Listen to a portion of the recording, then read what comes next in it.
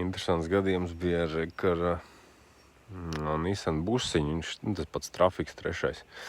Un problēma tāda, ka lādējas ārā aķis un neizslēdzas radio un arī izņemts aizdedzis atslēgas var ieslēgt ventilātoru, kam tā nevajadzētu būt. Godīgi sakot, īsti nesapratu, kā mašīna saprot, ka atslēga ir izņemta, jo te pie kontaktgrupas ir 4 trekni vadi, kur pilnīgi noteikti nav nekāds mikroslēdzis tajā kontaktgrupas galā.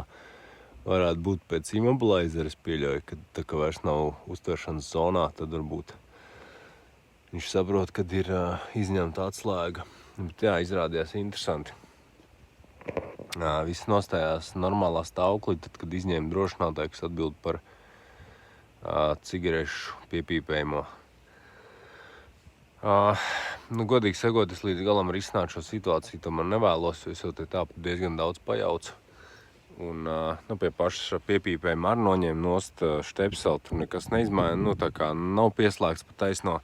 Man spekulācija ir, ka kaut kas ir pieslēgts tajā ķēdē, kas ir nobeidzies tagad, un tādā veidā, nezinu, kaut kādā veidā viņš padod strāvu tur, kur nevajadzētu.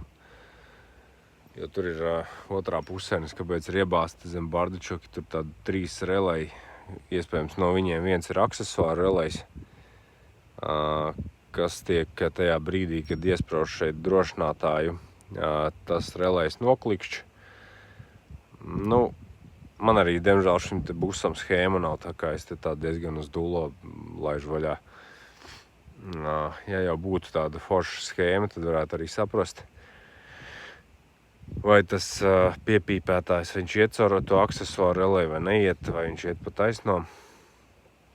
Bet, ir brīžiem kaut kāds, man liekas, limits, cik to laiku var notriekt meklējot. Es domāju, ka šeit tas limits ir izsmelts un cilvēks ir gatavs braukāt bez piepīpējumā, ka tik darbojas vispārējais kā vajag. Tā kā, es domāju, tā arī tas paliks šobrīd.